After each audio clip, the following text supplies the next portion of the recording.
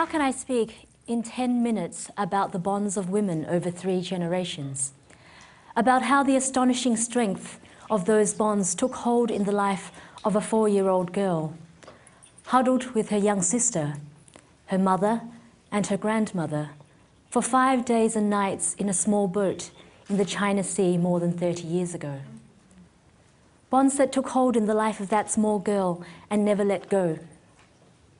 That small girl now living in San Francisco and speaking to you today.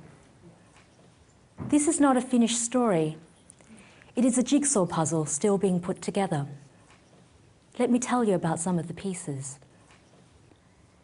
Imagine the first piece, a man burning his life's work.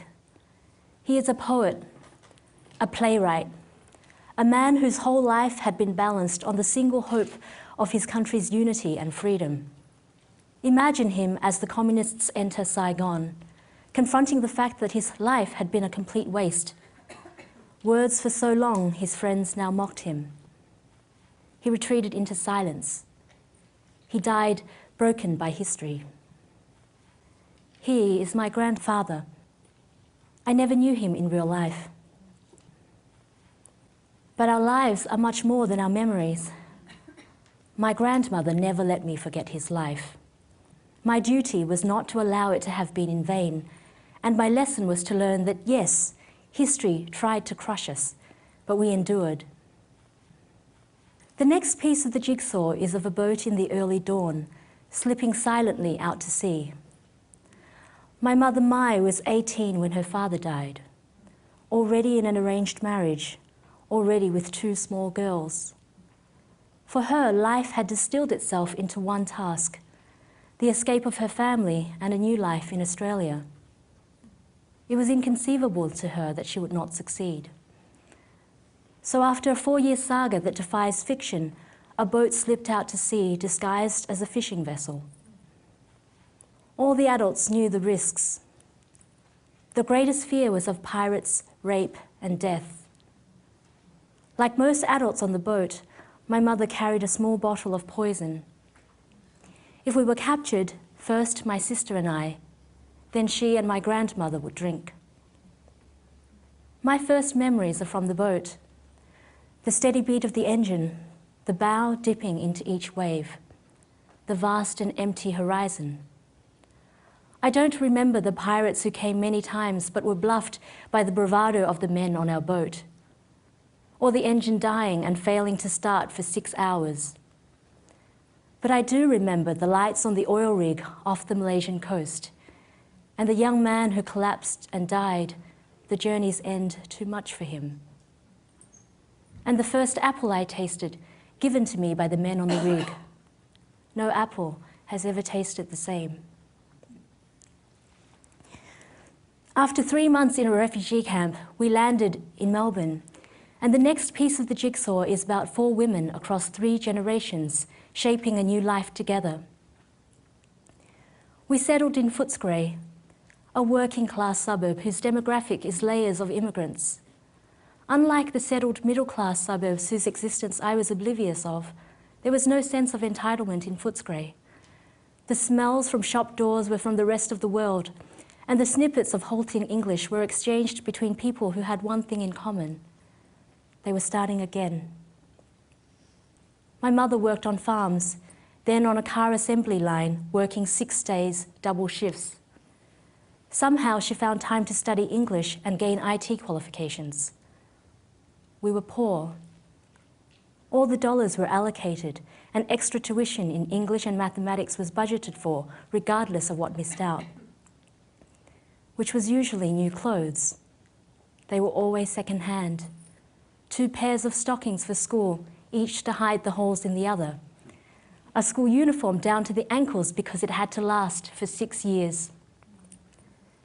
And there were rare but searing chants of slit eye and the occasional graffiti, Asian go home.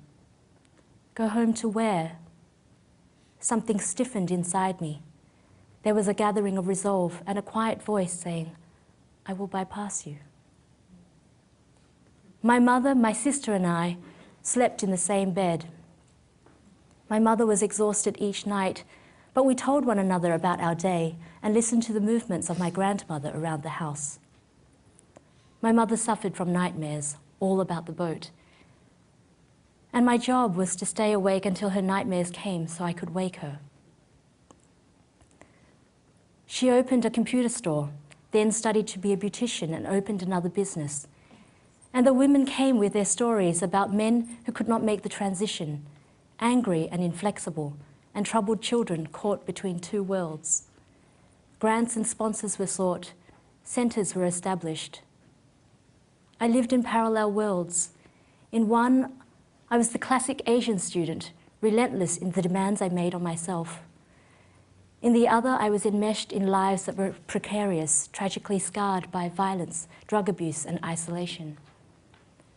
But so many over the years were helped, and for that work, when I was a final year law student, I was chosen as the Young Australian of the Year, and I was catapulted from one piece of the jigsaw to another, and their edges didn't fit. Tanli, anonymous Footscray resident, was now Tanli refugee and social activist, invited to speak in venues she had never heard of, and into homes whose existence she could never have imagined. I didn't know the protocols. I didn't know how to use the cutlery. I didn't know how to talk about wine. I didn't know how to talk about anything. I wanted to retreat to the routines and comfort of life in an unsung suburb. A grandmother, a mother, and two daughters ending each day as they had for almost 20 years, telling one another the story of their day and falling asleep, the three of us still in the same bed. I told my mother I couldn't do it. She reminded me that I was now the same age she had been when we boarded the boat. No had never been an option. Just do it, she said, and don't be what you're not. So I spoke out on youth unemployment and education and the neglect of the marginalised and disenfranchised. And the more candidly I spoke, the more I was asked to speak. I met people from all walks of life, so many of them doing the thing they loved, living on the frontiers of possibility. And even though I finished my degree, I realised I could not settle into a career in law. There had to be another piece of the jigsaw. And I realised at the same time that it is okay to be an outsider, a recent arrival, new on the scene. And not just okay, but something to be thankful for, perhaps a gift from the boat. Because being an insider can so easily mean collapsing the horizons, can so easily mean accepting the presumptions of your province. I had stepped outside my comfort zone enough now to know that yes, the world does fall apart, but not in the way that you fear. Possibilities that would not have been allowed were outrageously encouraged. There was an energy there, an implacable optimism, a strange mixture of humility and daring. So I followed my hunches. I gathered around me a small team of people for whom the label, "it can't be done," was an irresistible challenge. For a year we were penniless. At the end of each day, I made a huge pot of soup which we all shared. We worked well into each night. Most of our ideas were crazy, but a few were brilliant, and we broke through. I made the decision to move to the US after only one trip. My hunches again. 3 months later, I had relocated, and the adventure has continued. Before I close, though, let me tell you about my grandmother. She grew up at a time when Confucianism was the social norm, and the local Mandarin was the person who mattered. Life hadn't changed for centuries. Her father died soon after she was born.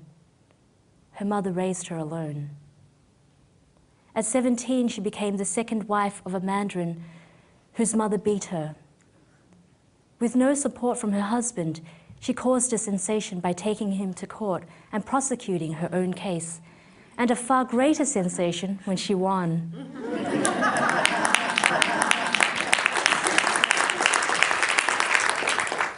It can't be done was shown to be wrong.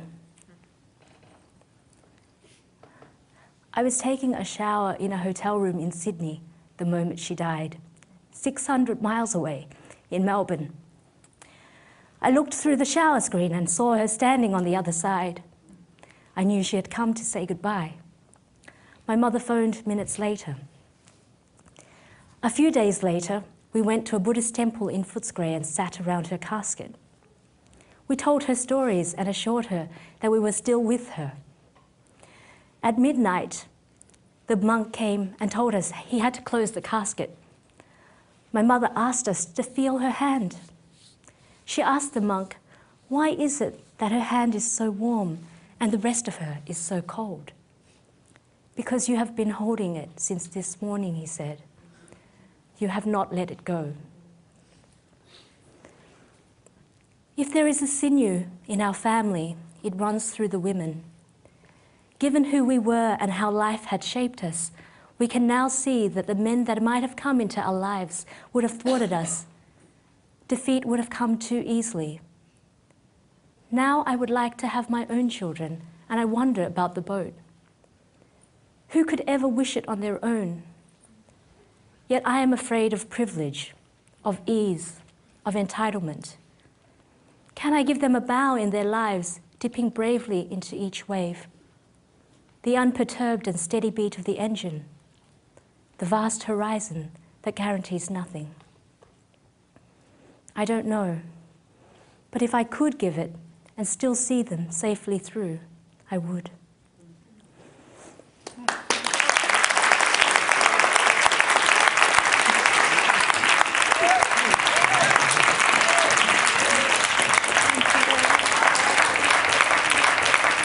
And also, Tan's mother is here today in the fourth or fifth row. So